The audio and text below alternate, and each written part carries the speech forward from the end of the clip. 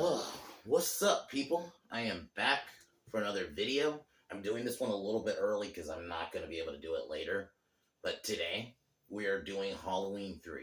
I figure I wanted to do this one separate from the franchise. That's why it took me forever to do this one. But I eventually felt like I was going to get to it. But Halloween Season of the Witch. I remember watching this the first time a couple years after I started really getting into Halloween. For a while, I avoided it mainly just because it didn't have Michael Myers in it. But the more I got into the franchise, I had to eventually watch it. And it's not bad. It's a good horror story.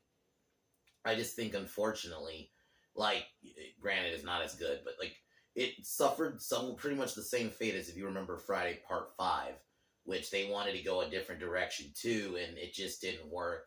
Granted, it was worse with that one because I was like, you had Jason for like 3 movies.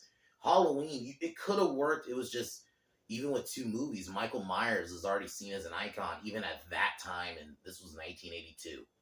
And people are just, it was jarring. But it's not a bad movie. I like the whole Silver Shamrock idea. Tom Atkins is Daniel, and you have his daughter Ellie investigating the Silver Shamrock Company. I think that stuff was interesting. I like the masks. I like Colonel Cochran as the villain. Thought he did a really good job playing the villain. The androids, they felt Michael Myersy at times. Like they just busted through a door. They're silent. There are scenes where they do just kind of stalk. So you do have a little bit of that.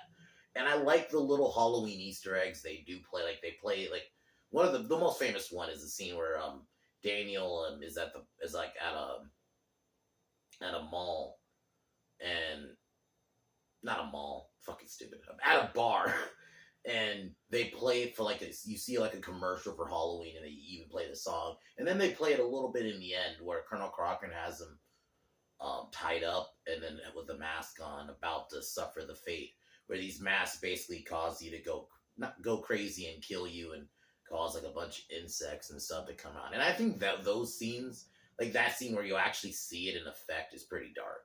Like the kid with the mask, and then you have the mom, and then you have the dad dying. I thought that stuff was fucking great. So overall, I think this is a good movie. Like, it's some good practical effects. The music is good. I even like the whole opening, which is almost like it's like a TV static. I like it. All and like, even the Silver Shamrocks, it's playing in my head right at this moment right now. Like it's how it gets in your head. I think it works. You have a couple Halloween alumni. You have Nancy Loomis. You might know her. She was Annie from Halloween 1, and she was also in The Fog.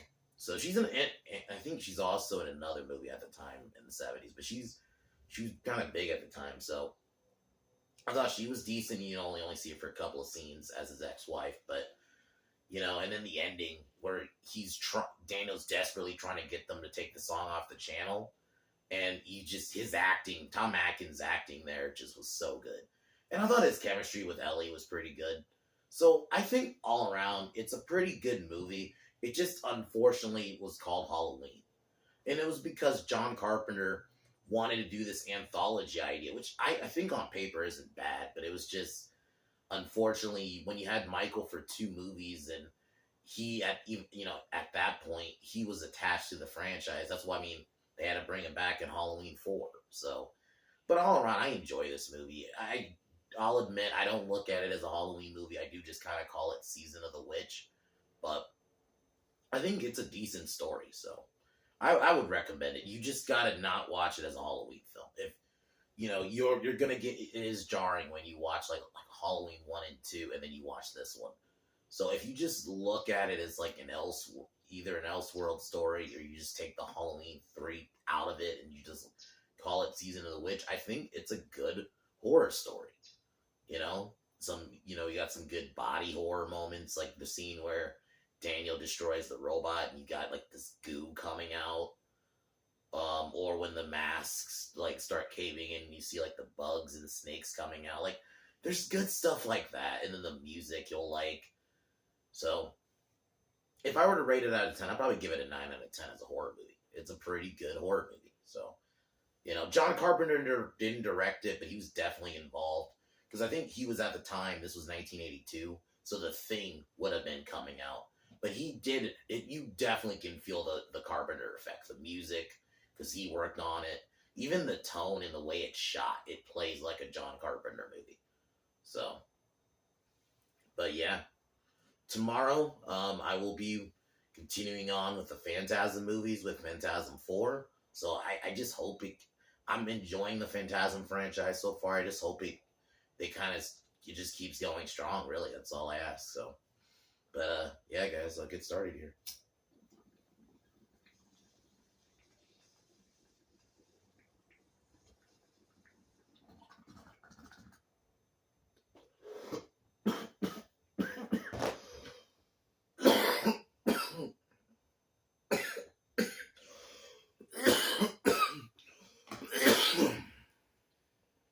So the movie opens up. We see this man Harry being chased by a car, and he ends up getting finding this local mechanic, and the mechanic takes him to the doctors, and this is where we first meet our main character, Daniel, played by Tom Atkins, who's like a drunken, and I do like that they do go. He has a little bit of. He's not a paper thin character. You do get a little bit of like what's going on with him. He has a divorce with his ex-wife, who pretty much Nancy Loomis is really only in one scene. I think you hear her on the phone a couple of times, but this is like the only scene you see her in, and you can tell like just yeah. So and his kids got the silver shamrock masks, which are like selling like hotcakes. So Daniel goes to the hospital. They work on Harry, who has one of the silver shamrock masks, the pumpkin one, and then you see this figure in a suit show up, and yeah, they very much do play like Michael Myers. They're because you don't know they're robots, but I do like. I think they did a good job. The guys who they got to play like these robot and androids in suits, playing silent, and just they're pretty creepy too. Like, so they end up killing Harry in this hospital bed. Sorry about that.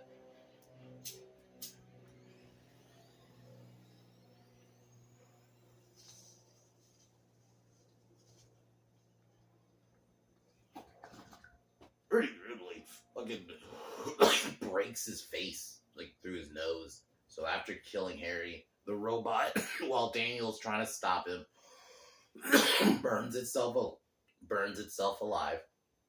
And then Daniel is like investigating it and figuring out. And there's a scene, and this is where we first meet his daughter Ellie, who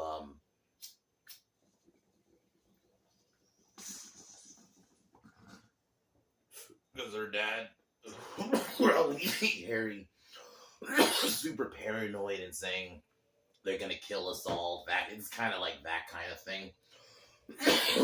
So, this is where we see the scene where they play Halloween for a second, and then where Ellie meets Daniel and asks him for help, and she tells him that she's been investigating Silver Shamrock and that she suspects some weirdness going on.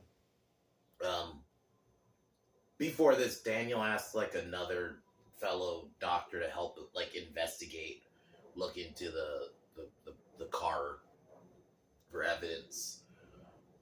So after this, they go to the hotel, and yeah, they start romance, and the romance is fine. It doesn't, because there's a lot of romances in movies that I usually I'm just like, pretty fringe, But I think it was fine here. It doesn't get in the way or anything. So, but then their neighbor, I think Marge was her name, has like this microchip, which is one of the things from Silver Shamrock. She looks at it, and then it just kind of sets off a laser. And my God, the gore in this scene was gnarly. Like her face was like her lips were all like this, and it was just all fucked up. Pretty gnarly looking, pretty good practical effects. So, after that, they decide to go undercover. So they're gonna go to this. They do like a tour of the Silver Shamrock, and this is where you first meet Colonel Cochran, who I recognize from RoboCop. He was he wasn't the bad guy, but he was the boss of the bad guy. So I'm like, I recognize him somewhere. I thought he did a really good job in this movie as the villain. Like you could already tell like he's hiding something because like there's like a scene where he lets his, I think it's like his son wear a mask, but it was like a mask that was like not fucked with, but you could tell like he was hiding something. So, and while there, Ellie notices her dad's car and the same like men in suits, but they wouldn't let her get to the car. And at this point, they go back to the hotel and are trying to get ready to leave. Well, Daniel tries to make a call and try to tell his wife to get rid of the mask, but she refuses. So, like, throughout the film, that is the most you get. That's the rest of his ex-wife, really, which is I'm fine with. So, he, when he gets back, he finds, not Colonel Cochran. He finds finds Ellie kidnapped, and I like the scene where he has to like try to hide from the robots, like when they first appear, because it's like a group of them. Hold on. Ugh. Sorry about that. I don't like doing that during a video, but anyway, fuck it, we're doing it live. Anyway, the robots kidnap Ellie, and he has to try to get her back, and he tries to go to a payphone, but then he ends up getting captured, and then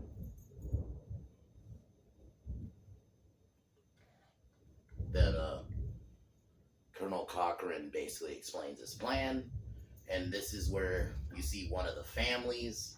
And I'm not gonna lie, this scene was fucked up because like you got this kid in the mask, like all happy, and then yeah, it starts like getting in and like, taking control, and then you see the kid going all crazy,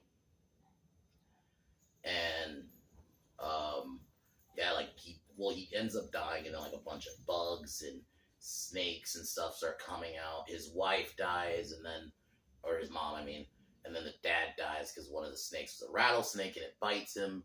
And you see Daniel just watching all of this. I really think Silver Shamrock as villains were great. And then, before this, Daniel fights one of the droids because he tries to break in and get his girl back. And yeah, he ends up killing the droids, and this is where he gets captured. But then, yeah, they take him to the room. Cochran explains to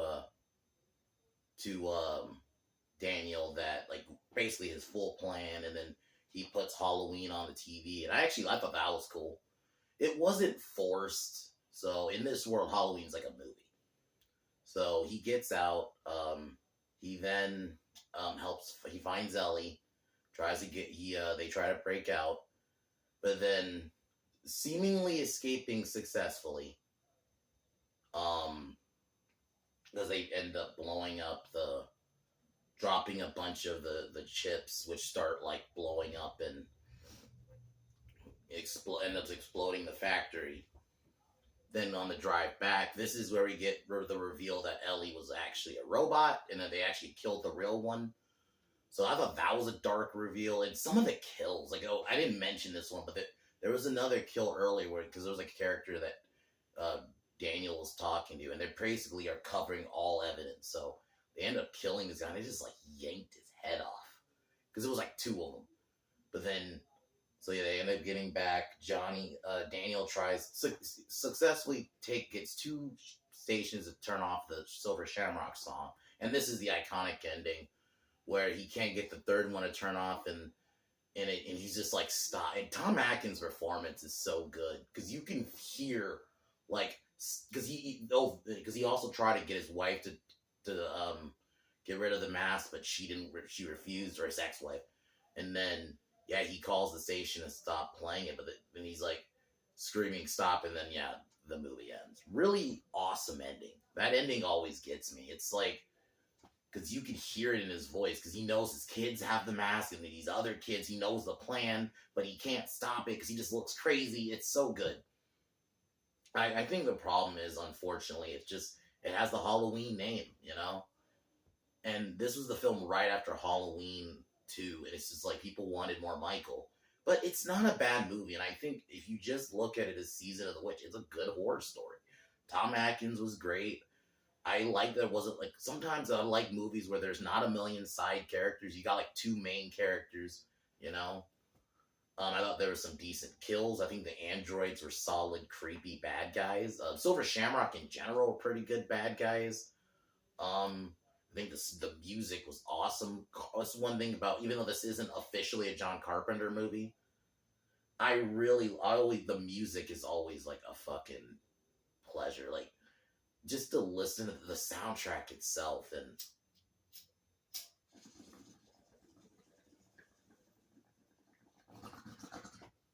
even the Silver Shamrock song is fucking pretty good. Like, it gets stuck in your head, and it's a nice mesmerizing song that I can believably see like brainwash people. So all around awesome movie. I definitely recommend it. Even if you just separate it from the Halloween franchise, like the main Halloween franchise, you just watch it as its own thing, I definitely recommend it. So other than that, Phantasm 4 tomorrow. That's pretty much it. So I'm gonna take one more hit and then peace out here. But I'll talk to y'all tomorrow.